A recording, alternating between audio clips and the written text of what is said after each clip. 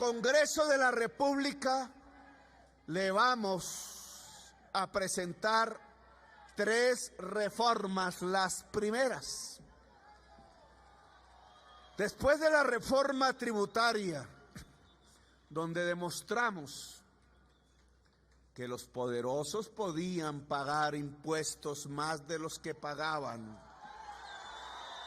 para poder construir justicia social, ahora vienen otras 3 que tienen que ver con derechos fundamentales de la gente. Vamos a presentar la reforma pensional, una reforma a la Ley 100 en pensiones. Nos produjeron 2 mundos en la Ley 100. Unas personas cotizan en los fondos privados de pensiones y otras personas que no logran trabajar formalmente no pueden cotizar. Ya hay 2 mundos. En el segundo mundo, donde no hay salario sino rebusque, los viejos y las viejas, según la ley, no tendrán pensión. Está diseñada así. Le están diciendo a la mitad de los viejos y viejas de Colombia que nunca, nunca, por más que se rebusquen, por más que vendan bonais y papas fritas, por más días que pasen sobre la lluvia y bajo el sol, por más días que pasen solitarios trabajando, así encanezcan, así las arrugas cundan por toda la piel, así la enfermedad rodee, no habrá una pensión de parte del Estado y de la sociedad. La Ley 100 dice en el segundo grupo que solo los que ganen más de 4 salarios mínimos de manera permanente y durante todo el tiempo que la ley exige de semanas para cotizar, quizás tengan una pensión y una pensión para su sobreviviente. La inmensa mayoría de las personas que cotizan en los fondos privados de pensión, al ganar menos, tampoco nunca tendrán una pensión. Y esa es la ley. Es decir, la ley de pensiones le está diciendo a la mayoría del pueblo colombiano que cuando envejezcan, que cuando hayan entregado todo de sí hasta donde era posible para sobrevivir, para hacer crecer la familia, para apostarle a la nación, no habrá pensión hasta el último día de sus días de vida. La muerte, dice esa ley, será la pensión definitiva. Eso no es justo. Así no se construye paz, porque ese mecanismo lo único que ha generado es que ese dinero de los cotizantes, guardado durante 20, 30 años en los bancos, bajo control y uso de los dueños de los bancos, no de los dueños de las cuentas de ahorro, solo enriquece 2 banqueros.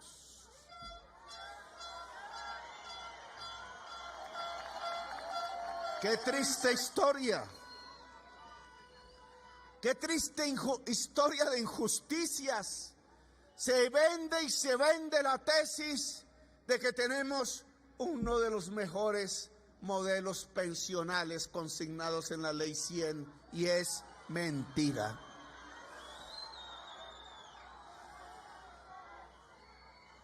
Desde que se aprobó en 1993, yo voté en contra, siendo por primera vez parlamentario de Colombia, muy joven, voté en contra.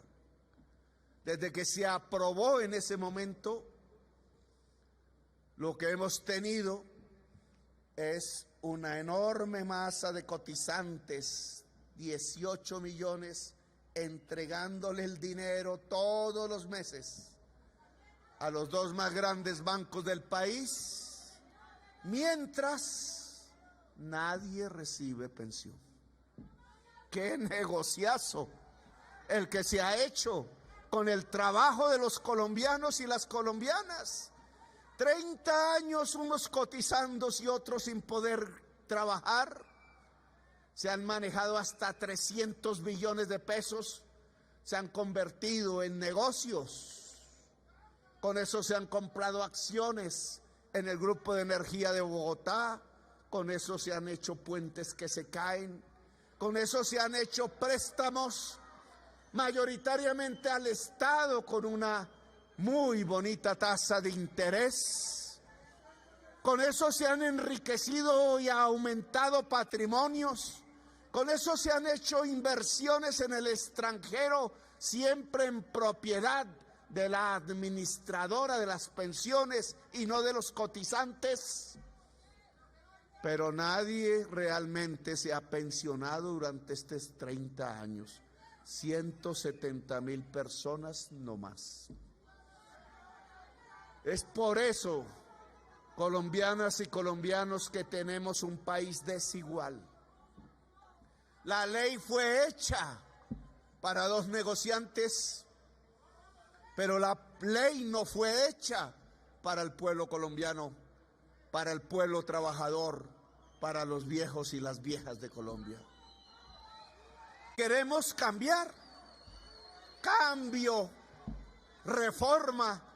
La reforma pensional que presentamos busca que el derecho a la pensión sea una realidad en este país. Busca, al fortalecer con las cotizaciones a Colpensiones, que se adquiera el verdadero derecho a pensionarse para sí mismo y para la cónyuge o el cónyuge sobreviviente. Que la pensión pueda ser una realidad cotidiana para el que cumple la edad. Que la pensión pueda ser en Colombia y no simplemente sea un derecho.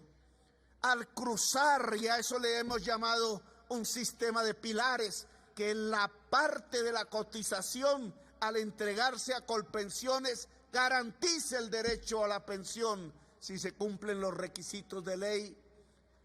Le liberaría al Estado colombiano, que hoy ha asumido el pago de los pensionados del sector privado.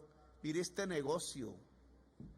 El Estado, es decir, la sociedad toda, a través de sus impuestos, paga a los pensionados del sector privado, mientras dos banqueros recogen las cotizaciones de los trabajadores jóvenes que no se van a pensionar. Si cambiamos ese sistema y hacemos que parte de la cotización vaya a Colpensiones, entonces el Estado podrá liberar lo que hoy paga pensionados del sector privado, porque los cotizantes pagarán esa parte. Cada peso que entre, otro peso saldrá para pagarle a los actuales viejos que hoy no tienen ninguna pensión, un bono pensional. No es como dice la prensa, en esa búsqueda de confusión. Lo que estamos proponiendo no es que el cotizante le pague la pensión hoy al que no siendo viejo, o al que siendo viejo no tiene ya el derecho a pensionarse. Eso lo paga el Estado. Pero para que el Estado pueda hacer ese pago, se necesita que el Estado no pague lo que el cotizante sí podría pagar en este momento, que son los pensionados de Colpensiones del sector privado. Porque cuando el cotizante llegue a su edad, los cotizantes jóvenes en ese momento también le pagarán la pensión. Es decir, que el trabajador podrá garantizar su derecho a la pensión y el Estado podrá garantizarle un bono pensional a todas y todos los viejos de Colombia, haciendo universal la posibilidad de un derecho. Yo creo que eso es paz. Claro, los dos señores banqueros no me quieren porque he propuesto esto. Claro que no.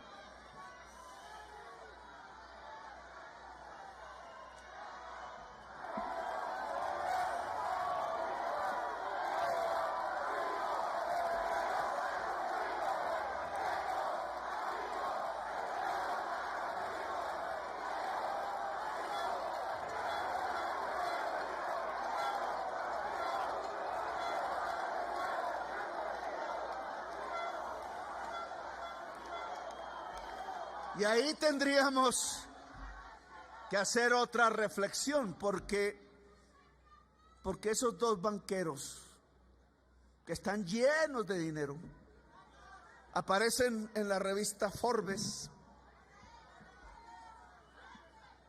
¿Por qué no tienen un momento de reflexión? Porque si lo que he dicho en este discurso es cierto, si las condiciones de la crisis mundial son tan profundas y realmente marcan una nueva fase en la existencia de la humanidad, si es que la podemos tender y solo si hacemos un cambio mundial. Si los ricos de Davos, que son más ricos que los de aquí, ya lo están diciendo, me lo dijeron en la cámara. Lloraban por lo que significaba la crisis climática, por ejemplo.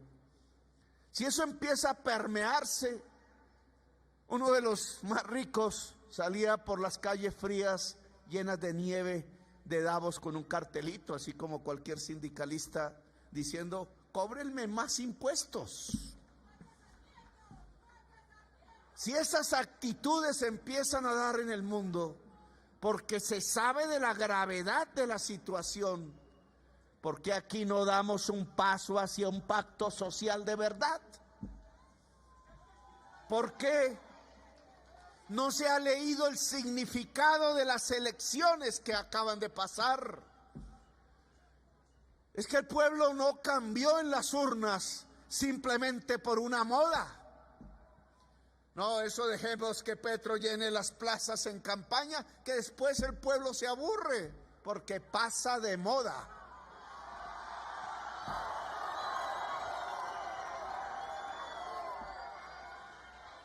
No.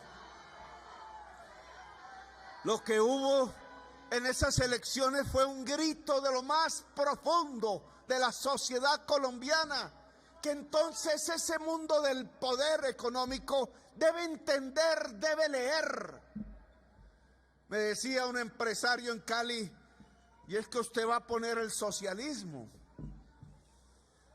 No, voy a poner una democracia, algo que se llame justicia social, algo que pueda construir la paz.